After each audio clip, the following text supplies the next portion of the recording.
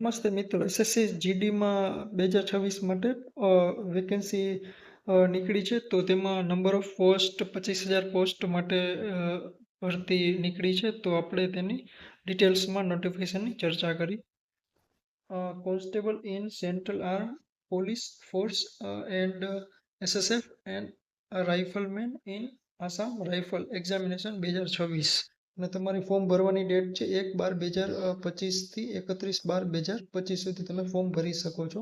અને ફી પેમેન્ટની last date છે 1/1/2026 છે.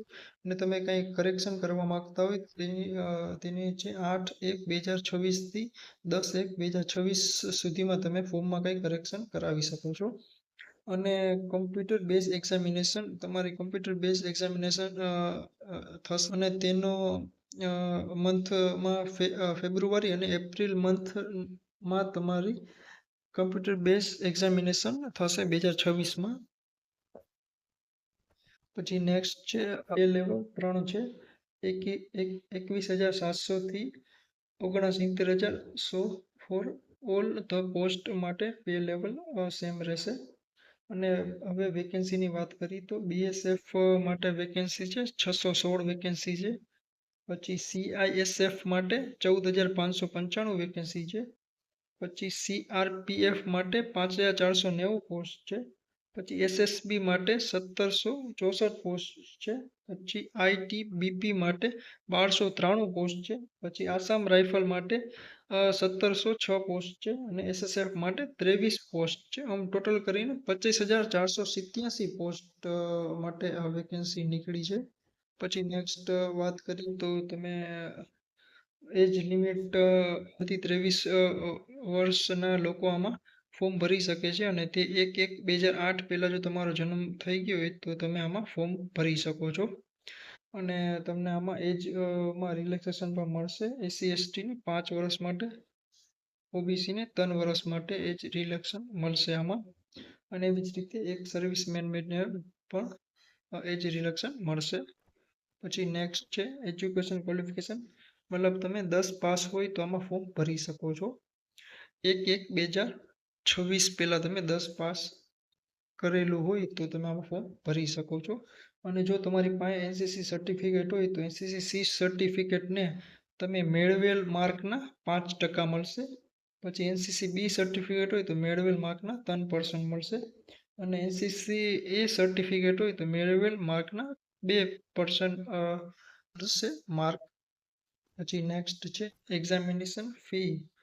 તો 100 રૂપિયા તમારે ફોર્મ ભરવાના રહેશે. પણ વુમન અને એસસી એસટી અને એક્સ સર્વિસમેનને કોઈ બી ફી ભરવાની નથી રહેતી આમાં. હવે આપણે જોઈએ છીએ એક્ઝામિનેશન. તો કમ્પ્યુટર બેઝ એક્ઝામ તમારી રહેશે અને 80 ક્વેશ્ચન રહેશે અને કેરિંગ 2 માર્ક્સ, એટલે કે એક ક્વેશ્ચનનો 2 માર્ક તમને મળશે. અને તેમાં આપણે સબ્જેક્ટની ચર્ચા કરીએ તો પાર્ટ એમાં જનરલ ઇન્ટેલિજન્સ અને રિઝનિંગ રહેશે.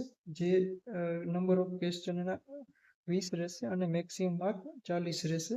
પછી પાર્ટ બીમાં છે general knowledge and general awareness.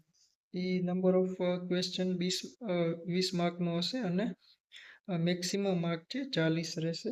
પછી પાર્ટ સીમાં છે એલિમેન્ટરી મેથેમેટિક્સ, અને નંબર ઓફ ક્વેશ્ચન 20 રહેશે અને મેક્સિમમ માર્ક 40 રહેશે. અને પાર્ટ ડીમાં છે ઇંગ્લિશ અને હિન્દી, મતલબ કોઈ બી લેંગ્વેજ મતલબ આમાં આપેલી હોય એ લેંગ્વેજમાંથી તમે પેપર એનું હશે એમાંથી તમારે નંબર ઓફ ક્વેશ્ચન 20 માર્કના હશે અને મેક્સિમમ માર્ક છે એના 40. એવી રીતે 160 માર્ક તમારા આમાં રહેશે અને ક્વેશ્ચન 80 રહેશે. અને ટોટલ ટાઈમ છે 60 મિનિટનો એક્ઝામિનેશનનો ટાઈમ છે. નેક્સ્ટ આ ડિટેલમાં સિલેબસ આપને આપી દીધો છે. General intelligence and reasoning, general knowledge and general awareness, અને એલિમેન્ટરી મેથેમેટિક્સ અને ઇંગ્લિશ અને Hindi. Candidate ability to understand basic English Hindi and their basic comprehension will be tested. અને નેક્સ્ટ છે હવે physical efficiency test. Candidate have to clear the race within the following time limits. હવે આમાં race રહેશે તો મેલ માટે 24 મિનિટ નો time છે અને 5 કિલોમીટર રનિંગ કરવાની છે. અને ફિમેલ માટે 8.5 મિનિટનો ટાઈમ છે અને 1.6 મિનિટ તમારે રનિંગ કરવાની છે. અને જો તમે લડાખ રિજનથી આવતા હોય તો તમારે 7 મિનિટમાં 1.6 કિલોમીટર છે રેસ, અને 5 મિનિટમાં 800 મીટર ફિમેલ માટે રેસ રહેશે. હવે નેક્સ્ટ છે હાઇટ માટે. તો હાઇટ તમારી મેલને 170 સેન્ટીમીટર હોવી જોઈએ, ફિમેલને 157 સેન્ટીમીટર હોવી જોઈએ.